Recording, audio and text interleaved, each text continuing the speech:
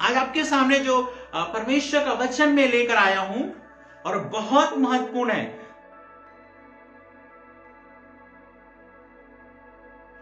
इस चीजों पे आपको ध्यान देने की जरूरत है।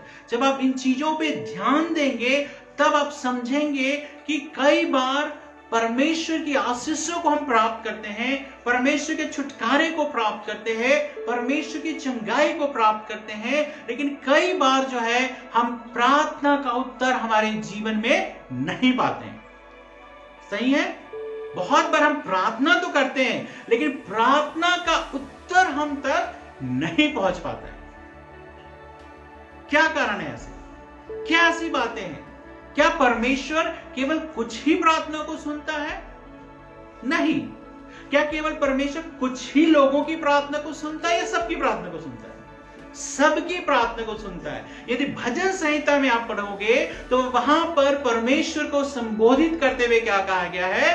हे प्रार्थना के सुनने वाले, उसका नाम ही रख दिया है ना, हे प्रार्थना के सुनने वाले परमेश्वर।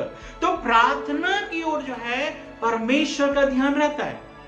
फिर सुलेमान ने जब प्रार्थना की, जब उसने यरूशलेम में मंदिर को बनाया तो उसने प्रार्थना की, प्रभु अब से जो है आपकी आंखें जो यहीं लगी रहे और आपके कान हमारी विनती को लग रहे। तो परमेश्वर ने क्या जवाब दिया? यदि हम जो है राजाओं की किताब को पढ़ते हैं तो वहां पर लिखा है परमेश्वर ने सामुएल से कहा कि अब से जो है इस जगह में जो भी प्रार्थना की जाएगी उसकी ओर मेरे कान खुले रहेंगे और मेरी आंखें जो है उसको क्या करती रहेगी? देखती रहेंगी। इसका मतलब यह है कि एक विशेष, हम घर में भी प्रार्थना करते हैं और अच्छी बात है। यहूदी लोग 3 बार प्रार्थना करते थे, पता है, घर में 3 बार, सुबह, दोपहर, शाम, 3 बार रोज प्रार्थना करते थे।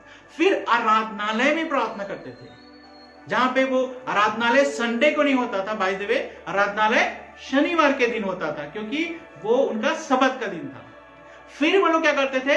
यरूशलेम के मंदिर में जाकर क्या करते थे? प्रार्थना करते थे। लेकिन आज मैं आपसे बात करना चाहूंगा कुछ एक ऐसे कारणों से जिसकी वजह से प्रार्थना का उत्तर हमें नहीं मिलता। मैंने पहले कहा कि परमेश्वर हमारी हर प्रार्थना का उत्तर देते हैं। ऐसा नहीं है कि कोई प्रार्थना का उत्तर हमें ना मिले या परमेश्वर ना सुने, लेकिन क्या ऐसी बात हमारे जीवन में होती है जिसकी वजह से परमेश्वर हमारी प्रार्थना का उत्तर नहीं दे पाते? गलती या कमी हमारी ओर से है, परमेश्वर की ओर से नहीं है। इस बात को समझना बहुत जरूरी है। पहला हम पढ़ेंगे याकूब 1 अध्याय के 7 पद में। वहां पे ऐसा लिखा है, याकूब उसका 1 अध्याय के 7 पद में लिखा है, ऐसा मनुष्य यह ना समझे कि मुझे प्रभु से कुछ मिलेगा। पहला चीज कहता है कि पहले क्या कारण है कि आपको प्रार्थना को उत्तर नहीं मिलेगा। तो यहां पे मैं आपको बताने वाला हूं कि क्या पहली वजह है जिसकी वजह से प्रार्थना को उत्तर नहीं मिलता है। याकूब उसका 1 अध्याय के यदि 5 पद से हम पढ़ते हैं तो यहां पर हम पाते हैं कि परमेश्वर का वचन क्या कहता है। पढ़िए 1 का 5। पर यदि तुम में से किसी को बुद्धि की घटी हो हाँ? तो परमेश्वर से मांगे। हाँ, यदि तुम में से किसी को बुद्धि की घटी हो तो तुम क्या करोगे? परमेश्वर से मांगो। तो परमेश्वर हमसे क्या कह रहे हैं यहाँ पर? यदि तुम में से किसी को बुद्धि की घटी हो तो परमेश्वर से मांगे। और आगे जो बिना उलाहना दिए सबको उदारता से देता है। हाँ। और उसको दी कहता है बिना उलाहना दिए सबको कैसे देता है? उदारता, ग्रेशियस। परमेश्वर जो है किसी चीज को जो है मतलब एक थोड़े मात्रा में हमें नहीं देता है। बहुत बार हम सोचते हैं ना, हम किसी को भी कोई भी चीज देते हैं तो हम पूरा हमारे मन में रहता है कितनी मात्रा में देना है। लेकिन परमेश्वर जो कुछ हमारे जीवन में देता है ग्रेसफुली, है ना, खुले हाथों से, एक सिंपल जो वर्ड यूज करते हैं ना, खुले दिल से, खुले हाथों से जो है परमेश्वर हमारे जीवन में देता है। तो यहां पे कहता है बिना उलाहना दिए आपके जीवन में परमेश्वर देगा। और आगे पर विश्वास से मांगे, हाँ? संदेह ना करे। हाँ, विश्वास से मांगे और कुछ संदेह ना करे। देखिए, यदि आप संदेह करते हो कि जो प्रार्थना मैंने अपने जीवन में करना हो या किया हो वो पता नहीं होगा या नहीं होगा। संदेह क्या दिखाता है? संदेह एक्चुअली क्या होता है? संदेह ऐसा मतलब नहीं कि हमेशा आपको लगेगा कि नहीं होगा, ऐसा नहीं। संदेह कैसा होता है, आपको कभी तो लगेगा होगा और कभी तो लगेगा नहीं होगा। तो यहां पर सबसे पहला जो रीजन है, जो कारण है कि हमारी प्रार्थना को उत्तर नहीं मिल पाता है, वो है हमारे जीवन में कई बार संदेह पाया जाता है कि जो है ये चीज होगा कि नहीं। अब चंगाई के बारे में देख लीजिए, है ना। आप लोगों से जब बात करोगे, प्रभु यीशु मसीह चंगा करता है, बीमारियों को चंगा करता है, आप उसको वीडियो भी दिखा दोगे, आप उसको बताओगे, तो क्या सोचेगा? सबसे पहले क्या सोचेगा? क्योंकि जीवन में कभी अनुभव नहीं किया, डॉक्टरों के द्वारा ठीक हुआ है लेकिन मिराकुलसली ठीक नहीं हुआ है, मतलब आश्चर्य कर्मों के द्वारा जो है वो ठीक नहीं हुआ है, इसलिए वो कभी भी उसके मन में विश्वास पहली बात तो होगा नहीं। आप बोलोगे मैं आपके लिए प्रार्थना करूं आप ठीक हो जाओगे, वो सोचेगा ये तो बस मतलब ऐसी है ठीक है, क्योंकि बिना डॉक्टर के, बिना दवाई के, बिना मेडिसिन के, बिना सिरिंज के, बिना जो है कैसे एक आदमी ठीक हो सकता है? सोच सकते हैं। तो जो यहां पर कहता है कि जब किसी के लिए आप बोलते हो तो क्या आपको उसको विश्वास आ जाएगा? ऐसा एकदम से विश्वास आएगा? जब मुझे पहली बार बोला गया, जब मैं 6.5 साल तक बीमार था, है ना, जब मैं पढ़ाई लिखाई छोड़ दिए थे, इलेक्ट्रिकल इंजीनियरिंग छोड़ दी थी, घर में आके बैठ गया था, चारों तरफ से मतलब निराश हताश, पर मेरे फ्रेंड्स अच्छे अच्छे घरों के थे और मैं जब घर में चुपचाप बैठ रहा था, मैं देखता था किसी को पता भी मत चले कि मैं यहाँ रहता हूँ, किसी को बताया भी नहीं था कहाँ रहता हूँ, और मैं चाहता भी नहीं था कोई मुझे देखे और कहे मैं तुम्हारे घर आना चाहता हूँ। इतनी स्थिति साइकोलॉजिकली सब तरफ से मैं परेशान हूं। जब लोगों ने मुझे बोला कि प्रभु यीशु मसीह ठीक करते हैं, हाँ मैंने बोला इतने दिन तक तो हम बहुत कुछ करते हैं, आज तक कुछ नहीं हुआ, तो क्या प्रभु यीशु मसीह हमारे लिए क्या कुछ कर? पहली बात में भरोसा मुझे नहीं हुआ। और ये किसी की भी बात है कि जो है एकदम से भरोसा विश्वास नहीं होता है। और क्या होता है हमारे अंदर? संदेह होता है कि जो बातें बताई जा रही क्या सही है या नहीं है। तो सबसे बड़ा रीजन जो है आपके अपने जीवन में संदेह होने के कारण से प्रार्थना को उत्तर हमारे जीवन में नहीं मिलेगा। और उसी में 6 में पर विश्वास से मांगे और कुछ संदेह ना करे, क्योंकि संदेह करने वाला समुद्र की लहर के समान है जो हवा से बहती और उछलती है। समुद्र की लहर देखा है आपने? कितनी हाइट तक जाता है, एकदम हवा चलती है उस किनारे में। जितने लोगों ने देखा है जानते हैं कितना डरावना होता है वो, है ना, और कितनी आवाजें आती है। और वो लहर कभी एकदम से ऊपर भागता है और कभी, है ना, जब समुद्र में जाओगे तो एक जगह खड़े रहोगे तो आपको ऐसे एकदम जाते समय तो ऐसे ढकेलेगा, लेकिन आते समय आपको खींच लेगा, ध्यान नहीं दे। तो उसी तरह की बात है, लहर कभी ऊंचा होता है कभी नीचा होता है। संदेह करने वाला ऐसा ही है, कहता है यहाँ पे ऐसा मनुष्य यह ना समझे कि मुझे प्रभु से कुछ मिलेगा, वह व्यक्ति दुचित्ता है और अपनी सारी बातों में चंचल है।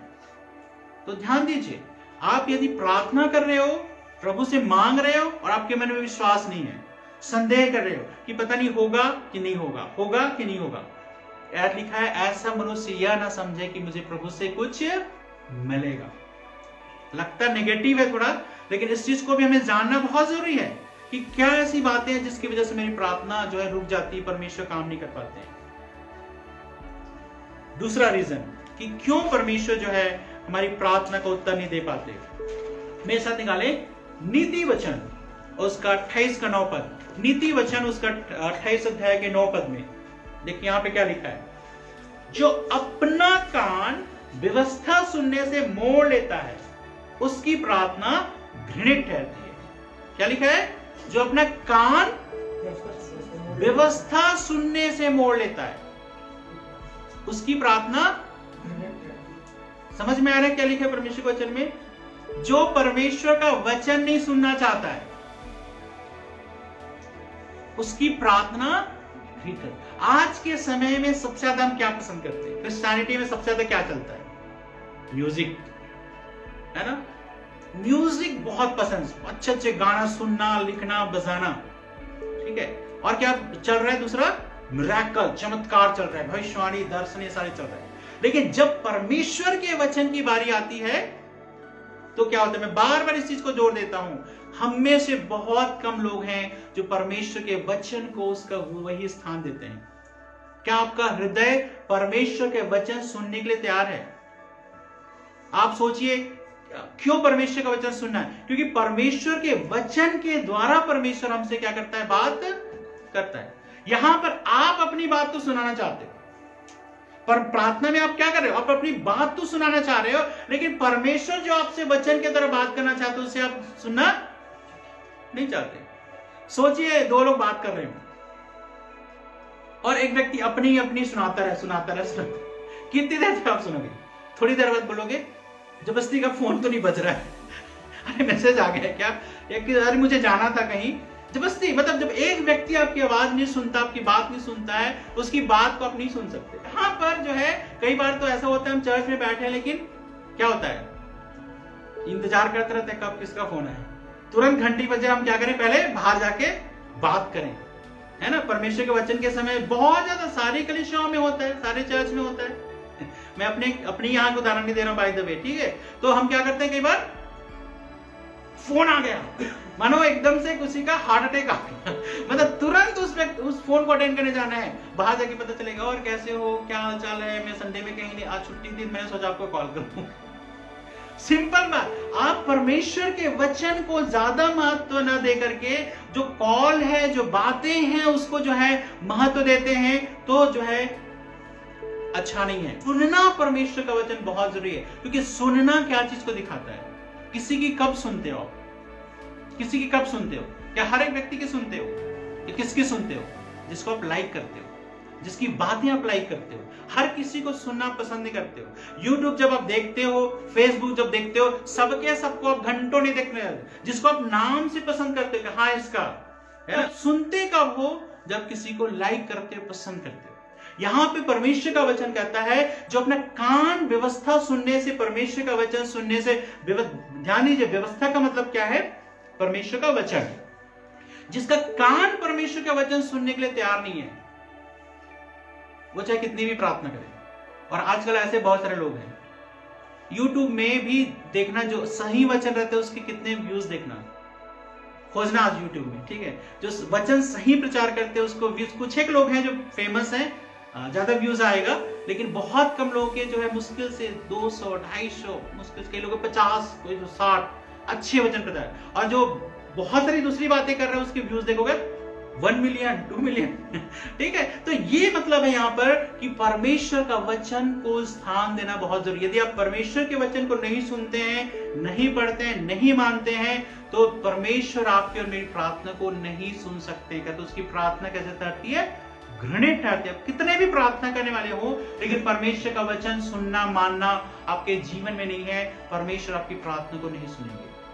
तीसरी चीज जो है, यदि पहला पत्रस उसके 3 अध्याय के 7 पद को हम पढ़ते हैं, पहला पत्रस उसका 3 अध्याय के 7 पद में ऐसा लिखा है, यहां पर बताया गया है कि एक संबंध जो है, यदि उसको आप सही नहीं रखते हैं, तो आपकी प्रार्थना में रुकावट आता है। क्या है वो? पहला पत्रस 3 के 7 में लिखा है, वैसे ही हे पतियों, तुम भी बुद्धिमानी से पत्नियों के साथ जीवन निर्वाह करो, और स्त्री को निर्बल पात्र जानकर उसका आदर करो, यह समझकर कि हम दोनों जीवन के वरदान के वारिस हैं, जिससे तुम्हारी प्रार्थनाएं रुक ना जाए। क्या लिखा है यहाँ पे? लिखा है, जो मैं बोल रहा हूं वाली चीज लिखा है यहाँ पे, कि जिससे तुम्हारी प्रार्थनाएं रुक ना जाए। ये उसके लिए है जो शादीशुदा है, जो शादीशुदा नहीं है उनके लिए नहीं है। लेकिन यहां पे कह रहा है, यदि आप शादीशुदा हैं और यदि आपस में आपका संबंध अच्छे नहीं है, ध्यान दीजिए, तो आपकी प्रार्थना में रुकावट आ सकता है। पति पत्नी का रिश्ता दुनिया में सबसे बढ़कर रिश्ता है। कई बार मैंने एक वीडियो भी मैंने उसमें पोस्ट किया और आपको वचन भी दिया था, दूने जी प्रेयर हाउस जो हमारा यूट्यूब में है, कि क्या कोई है जो माता पिता से भी बढ़कर, क्योंकि हमारे देश में माता पिता सबसे बढ़कर है ना। माता पिता को भगवान का, ईश्वर का दर्जा देते हैं, ठीक है। लेकिन उसमें यह है कि बाइबल में या कहीं पर भी जो है, माँ और बच्चे को या पिता और बच्चों को एक तन नहीं बोला गया है, लेकिन पति पत्नी को क्या बोला गया है? अर्धांगिनी या एक तन बोला गया, एक शरीर, है ना। माँ बाप और बच्चों को भी नहीं बोला गया, लेकिन पति पत्नी का रिश्ता इतना गहरा है कि एक दूसरे के जीवन को क्या करते हैं? प्रभावित करता है, क्योंकि अब 2 नहीं लिखा है, अब क्या है? दोनों एक तन है। तो यहां पे कहता है, यदि आपके बीच सही संबंध नहीं है, तो पहली बात तो आप प्रार्थना ही नहीं कर पाओगे। सोचिए, किसी घर में मतलब पत्नी अलग तरफ जाती, पति अलग तरफ जाता है, आपस में बातें भी नहीं है ना। बहुत सारे घर में ऐसे ही होता है। हम इंडियन लोग कभी पत्नियों के साथ नहीं चलते, बहुत कम चलते हैं। कई बार चलते रहेंगे, पत्नियां पीछे पीछे जो है चलती है ना, शर्म आती है। या कई बार हम साथ में जो है, देखो ना, अभी भी यदि पति पत्नी आ जाए साथ में, यहाँ पे नहीं बैठेंगे, है ना। कोई कार में, चलो ये आपका व्यक्तिगत संस्कार हो सकता है, लेकिन कार में कौन सबसे आगे बैठेगा? यदि मैं चलो चला रहा हूं तो कौन आगे बैठेगा वहां पे? Mummy papa. पत्नी नहीं बैठेगी, पत्नी क्या बैठेगी? पीछे बैठेगी। तो लेकिन यहाँ पर परमेश्वर का, इसके विषय पूरी शिक्षा को उसको देखना, लेकिन कई बार आपको अटपटा लग सकता है, लेकिन पति पत्नी के गहरे संबंध को यहाँ पे परमेश्वर का वचन बोलते हैं बहुत जरूरी है। यदि आप अच्छा संबंध नहीं रखते पति पत्नी के बीच में, तो ये आपकी प्रार्थना में रुकावट आ सकता है। यदि आप इस तरह से काम करते करते उसको आदर करो, जीवन निर्वाह करो, क्योंकि दोनों मिलकर जीवन के वरदान के वारिस हैं, अकेले नहीं है कि एक व्यक्ति जो है सोच रहा है मेरे द्वारा घर में आशीष आएगी, ऐसा नहीं है। दोनों मिल करके जब प्रार्थना करते हैं, दोनों मिल करके घर के लिए काम करते हैं, तब परमेश्वर की आशीष को पूरी तरह से देख सकते हैं। वरना जो है हमारी प्रार्थना में रुकावट आ सकता है। चौथी बात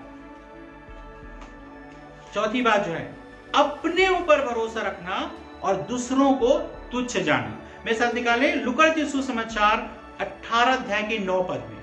18 अध्याय के 9 पद में जो शुरू में मैंने आपको बताया फरीसी और चुंगे लेने वाले की प्रार्थना के विषय में, लूका 18 अध्याय के 9 पद में ऐसा लिखा है, उसने उनसे जो अपने ऊपर भरोसा रखते थे कि हम धर्मी हैं और दूसरों को तुच्छ जानते थे, यह दृष्टांत कहा। आपने सुना है कभी ये दृष्टांत को कि जो फरीसी और चुंगी लेने वाले हैं, किसकी प्रार्थना सुनी गई? किसकी प्रार्थना सुनी गई? चुंगी लेने वाले की। लेकिन चुंगी लेने वाले सिर्फ यही प्रार्थना करता है, प्रभु मुझ पे दया कर। लेकिन फरीसी क्या प्रार्थना करता है? फरीसी का प्रॉब्लम क्या था? अपने आप को सुपीरियर समझता था और बोलता है मैं इसकी तरह नहीं हूं, मैं चुंगी लेने वाले के समान नहीं। मतलब अपने, यहां पर प्रभु यीशु मसीह ने दृष्टांत क्यों कहा? यहां पे 9 पद में हमने पढ़ा, जो अपने ऊपर भरोसा रखते थे कि हम धर्मी हैं और दूसरों को तुच्छ जानते थे, उसके विषय में दृष्टांत कहा। और फरीसी यहां पे दूसरों को तुच्छ जानता था, और यहां पर जो चुंगी लेने वाला है वो केवल ये प्रार्थना किया, प्रभु मुझ पे दया कर। तो कहता है चुंगी लेने वाले की प्रार्थना सुनी गई, लेकिन फरीसी की प्रार्थना नहीं सुनी गई। क्या रुकावट आ सकता है आपके मेरे जीवन में यदि हम दूसरों को तुच्छ दृष्टि से देखते हैं? कई बार आत्मिक रूप से भी हम क्या है, सुपीरियर समझते हैं, बहुत अच्छा समझते हैं, मैं लोगों से बहुत अच्छा हूं, बहुत अच्छी प्रार्थना करता हूं, बहुत अच्छे वचन प्रचार करता हूं, सारी चीजें मेरे अंदर अच्छी है, लेकिन सामने वाले के प्रति अच्छी नहीं है, सामने वाला का जीवन अच्छा नहीं। हमेशा जो दूसरों के जीवन को देखेगा उसकी प्रार्थना को उत्तर नहीं मिलेगा। अगली बात, यशायाह की किताब उसका 59 का 2, बुक ऑफ आइज़ाया चैप्टर 59 के 2 में लिखा है, परंतु तुम्हारे अधर्म के कामों ने तुमको तुम्हारे परमेश्वर से अलग कर दिया है, और तुम्हारे पापों के कारण उसका मुंह तुमसे ऐसा छिपा है कि वह नहीं सुनता। क्या लिखा है? वह नहीं सुनता। पाप जो चीज है वो मनुष्य को परमेश्वर से क्या करता है? अलग करता है। पाप मनुष्य को परमेश्वर से अलग करता है। यदि हम पाप में अपना जीवन बिताना चाहते हैं लेकिन परमेश्वर से केवल आशीष को पाना चाहते हैं, तो ऐसा पॉसिबल नहीं है। आपको क्या करना पड़ेगा? यदि परमेश्वर की आशीषों को प्राप्त करना है, परमेश्वर के साथ आपको चलना है, तभी जो है परमेश्वर आपकी प्रार्थना को उत्तर देगा। मतलब मैं वही चीज में बोल रहा हूं कि मुझे तुमसे कोई मतलब, लेकिन तुम्हारी चीजें मुझे चाहिए। हम यही तो बोलते हैं कि हम जो है तुम्हारे अनुसार नहीं चलाते। प्रभु हमें नहीं चाहिए, यीशु नहीं चाहिए हमें। हमें क्या चाहिए? यीशु के द्वारा केवल आशीषें चाहिए।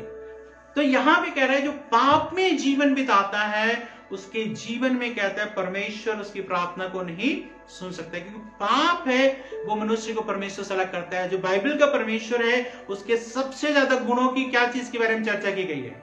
जब यूहन्ना दर्शन देखता है या यशायाह दर्शन देखता है तो किस बात को बार बार स्वर्गदूत बोल रहे हैं? पवित्र पवित्र पवित्र परमेश्वर। तो पवित्रता जो है परमेश्वर का गुण है। परमेश्वर बुराई कभी कर ही नहीं सकता है, क्योंकि जिस दिन बुराई करने लग गया उस दिन वो परमेश्वर नहीं है। है ना। तो यहां पे कह रहा है यदि पाप को नहीं छोड़ना चाहते हो और केवल परमेश्वर के आशीष पाना चाहते हो तो ऐसा पॉसिबल नहीं है। एक बार की घटना मुझे याद है, जब मैं छत्तीसगढ़ में था, इन लोग आए और 2 जेंट्स थे, एक लेडीज थी, और उन्होंने बोला कि हम दोनों भाई बहन हैं और इसको दुष्ट आत्मा आती है, आप प्रार्थना करो। तो मैं शुरू था बिल्कुल नया और मैंने प्रार्थना की और मैं दुष्ट आत्मा बोला दोबारा कभी नहीं आना। तो दुष्ट आत्मा बोलने लगी कि जो है मैं नहीं आऊंगी, ठीक है। अब उसके बाद रात को जैसे सोने लगे 12 बजे, तुरंत फिर दरवाजा खट खट खट खट खट। मैं बोला क्या हो गया? बोले वो दुष्ट आत्मा फिर आ गई। तो वो दुष्ट आत्मा जो है उसको अब हम फिर मैंने दुष्ट आत्मा, उस समय नया था, मुझे नहीं पता था, मैं ऐसे बोलने लगा कि तू फिर क्यों आ गई, तूने तो बोला था नहीं आएगी। तो वो बोलती है दुष्ट आत्मा कि ये तो मेरी आदत है झूठ बोलने की। ठीक, सोच सकते हैं ऐसे बोले दुष्ट आत्मा।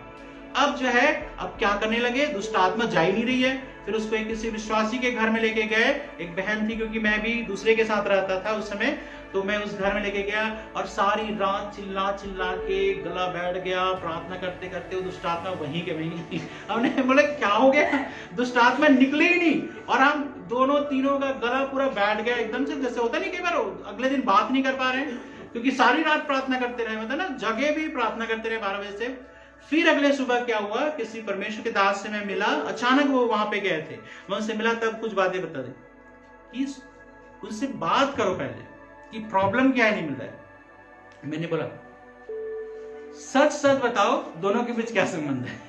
ठीक है, वो बोल रहे भाई बहन बोल के आए थे। पहली बात ये पता चला कि दोनों भाई बहन नहीं है। दूसरी बात ये पता चला कि दोनों के बीच गलत संबंध थे।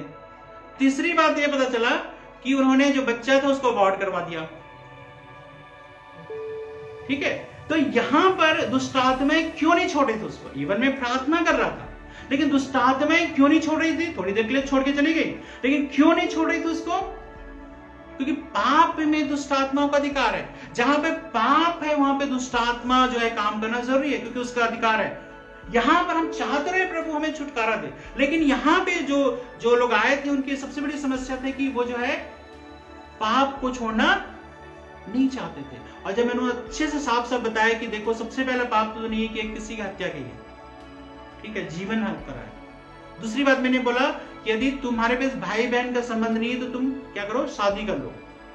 परमेश्वर शादी को मान्यता देता है, लेकिन बिना शादी के तुम्हारे साथ संबंध जो है सही नहीं है। लेकिन क्या हुआ पता है, उसके बाद वो कभी भी नहीं आए। मुझे पता चला वो काफी दिनों तक इधर उधर भटकते रहे, जो भी, उसके बाद मुझे नहीं पता कहां पर है। मैं आपसे ये कहना चाहता हूं कि यदि हम पाप में जीवन बिताना चाहते हैं, बुराई में जीवन बिताना चाहते हैं, फिर हम चाहते हैं कि परमेश्वर हमारी प्रार्थना को सुने, तो ये पॉसिबल नहीं है। पवित्रता भरा जीवन बिताना हमारे लिए बहुत जरूरी है। छठवीं बात, क्यों हमारी प्रार्थना को उत्तर नहीं मिलता है, वो not being consistent in prayer. यदि हम लूका के सुसमाचार 18 अध्याय के 1 से लेकर 8 पद को हम पढ़ेंगे, किसका दृष्टांत है? एक विधवा का और अधर्मी न्याय का दृष्टांत है ना। आप सब इसको पढ़ चुके हो। वहां पे क्या होता है, विधवा को न्याय चाहिए तो बार बार उस अधर्मी न्याय के पास जो है जा रही है, और आखिरी में क्या होता है, वो अधर्मी न्याय भी जिसको किसी के परवाह नहीं करता था, क्योंकि विधवा उसका कुछ बिगाड़ भी नहीं सकती थी, लेकिन फिर भी उसका न्याय चुकाता है। तो प्रभु यीशु मसीह ने इस दृष्टांत के द्वारा इस बात को सिखाया कि आगे सिखाया कि नहीं सिखाया, कि यदि तुम लगातार निरंतर प्रार्थना करे, कंसिस्टेंट रहोगे, तो परमेश्वर आपकी प्रार्थना को सुनेगा। बहुत बार क्या होता है, प्रार्थना हमारी पता है, कोई चीज के लिए प्रार्थना करते हैं, फिर उसके बाद हम ही भूल जाते हैं क्या चीज की प्रार्थना की, भूलते हैं कि नहीं भूलते? या कई बार हम एक चीज के लिए सोच रहे हैं मन में, लेकिन फटाक से दिमाग दूसरा बदल के दूसरा कुछ करना शुरू करते हैं। होता है कि नहीं होता है? तो परमेश्वर इस तरह की प्रार्थना नहीं सुने। आपको एक प्रकार से होना पड़ेगा कि परमेश्वर आप क्या चाहते हो परमेश्वर आपके जीवन में करे। कभी तो कुछ, जैसे अभी के बच्चे जैसे होता है ना, जैसे बहुत सारे बच्चे तो पता है कि मुझे इंजीनियरिंग में जाना है, मेडिकल में जाना है, बहुत सारे लोग पूछो पता नहीं किसमें जाना, तो जो पता नहीं वाला क्या करेगा, इंजीनियरिंग में घुस जाएगा।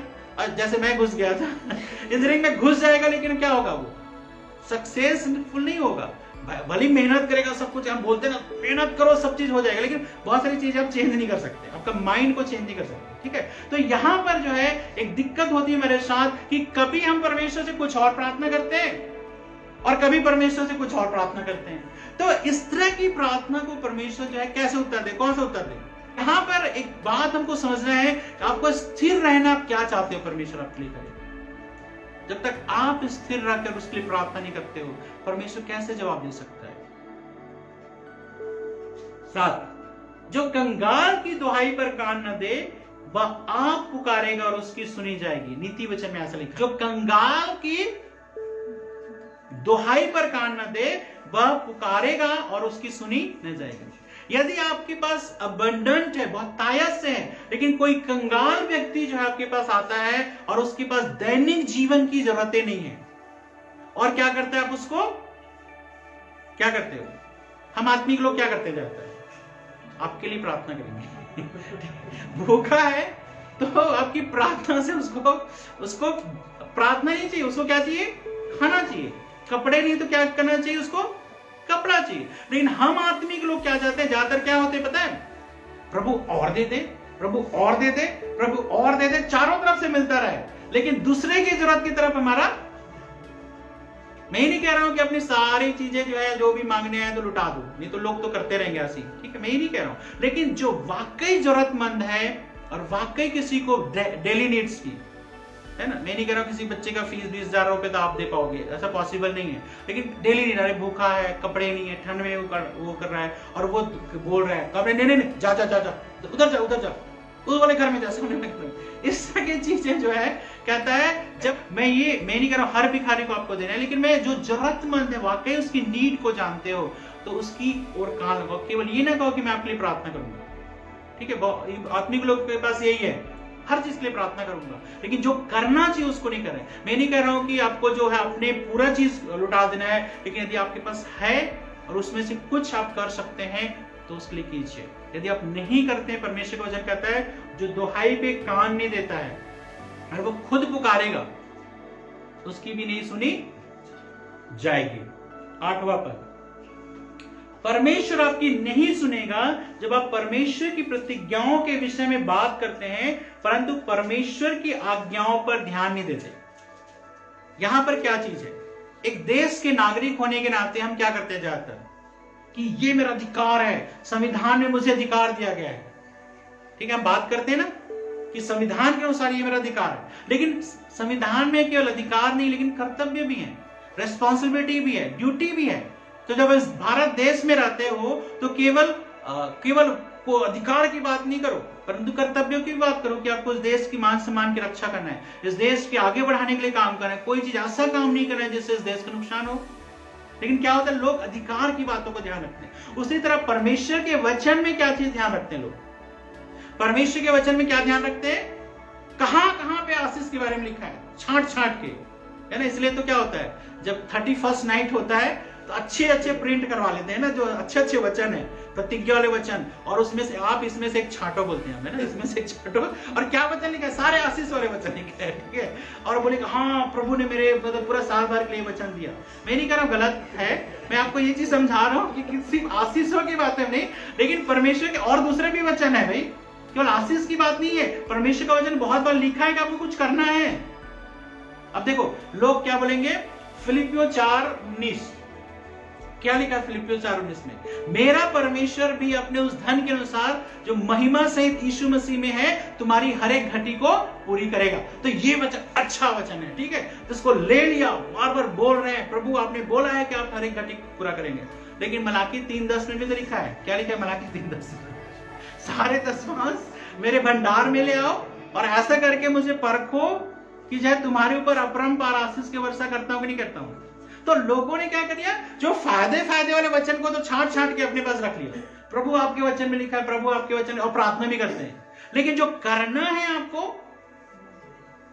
उसके समय जो ये मेरे लिए नहीं है, ये उसके लिए है।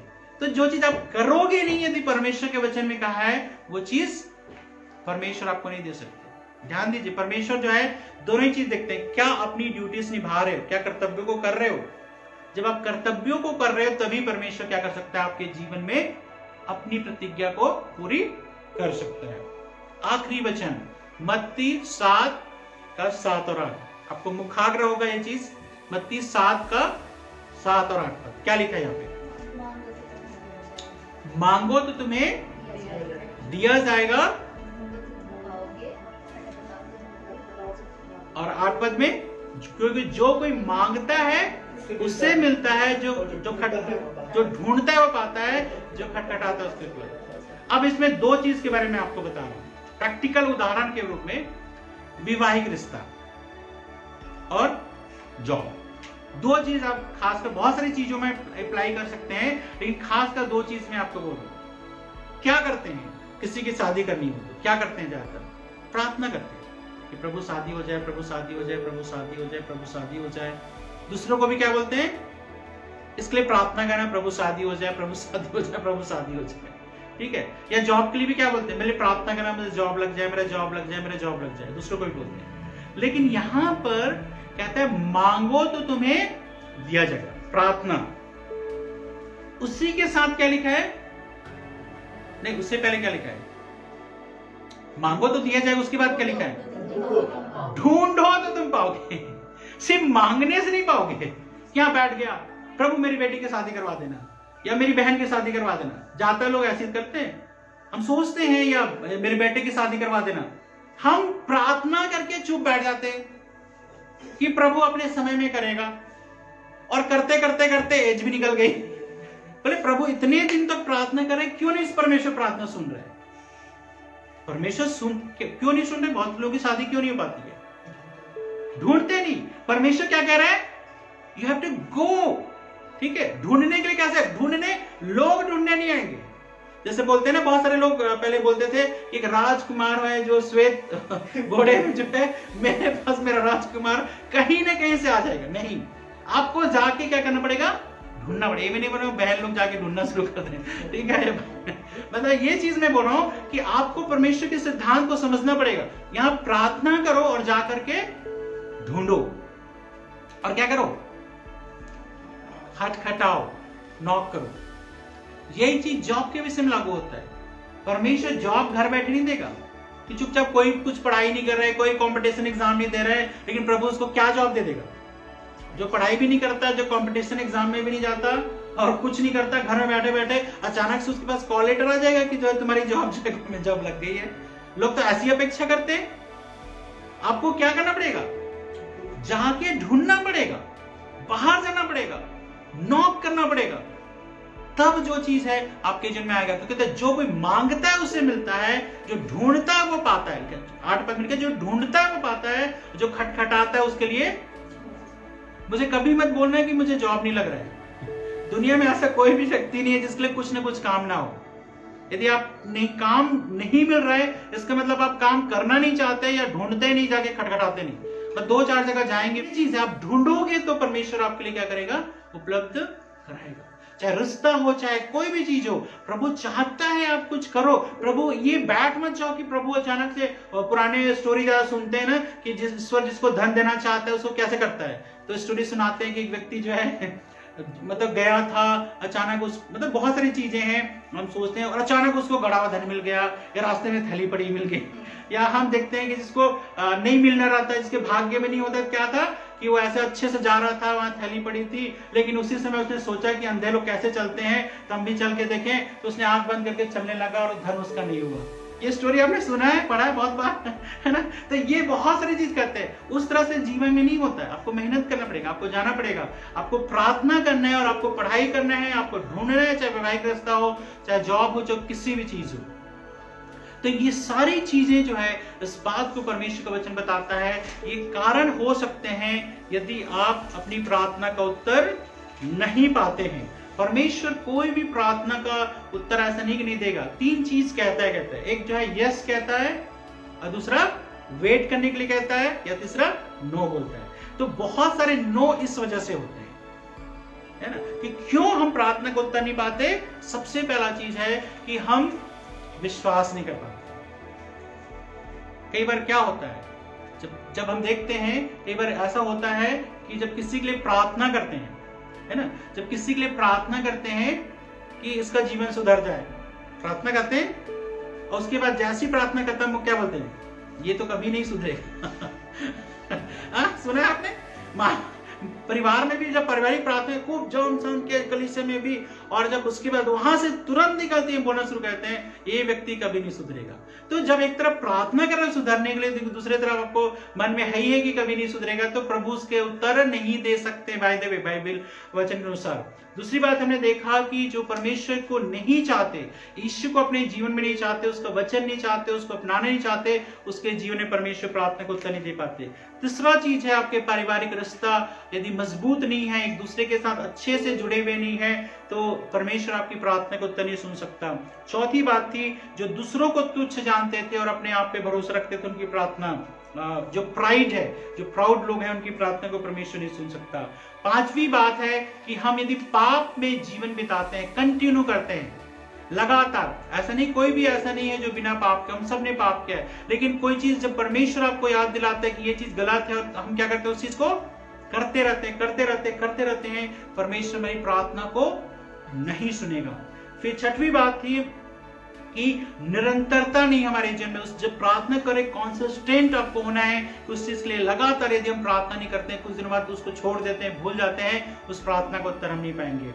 सातवीं बात, जो कंगाल की दुहाई पर कान नहीं देते, जो दूसरों की जरूरतों के अनुसार ध्यान नहीं देता है, अपने आप को ऐसा बनाता है तो जब उसके पास सब कुछ है, दूसरों की जरूरत के बारे में नहीं सोचता है, परमेश्वर उसकी प्रार्थना का उत्तर नहीं दे सकता। आठवीं बात, जब आप परमेश्वर की प्रतिज्ञाओं की बात तो करते हैं, लेकिन परमेश्वर जो कहता है आपको करने के लिए, वो चीज आप नहीं कहते हैं, परमेश्वर आपकी मेरी प्रार्थना को नहीं सुन सकता। और आखिरी बात, नौवीं और आखिरी बात ये है कि परमेश्वर चाहता है प्रार्थना के साथ साथ उस चीज के लिए हमें काम करने की जरूरत है। ठीक है, यदि बीमारी से चंगाई के लिए प्रार्थना कर रहे हैं, इसका मतलब ये नहीं है कि परमेश्वर ही चंगाई देगा और आपको कुछ भी दवाई नहीं खानी है, या डॉक्टर के पास नहीं जाना है, या जो है जो शरीर को जो जरूरत है, बहुत लोग क्या बोलते हैं, प्रार्थना से मेरे अंदर आयरन भी बन जाए, है ना, प्रार्थना से प्रोटीन भी बन जाए, प्रार्थना से कार्बोहाइड्रेट बन जाए। नहीं, आपको उन चीजों को खाना पीना पड़ेगा, आपका शरीर का जो है ध्यान भी देना पड़ेगा, है ना। तो जब परमेश्वर की चंगाई की बात हम करते हैं,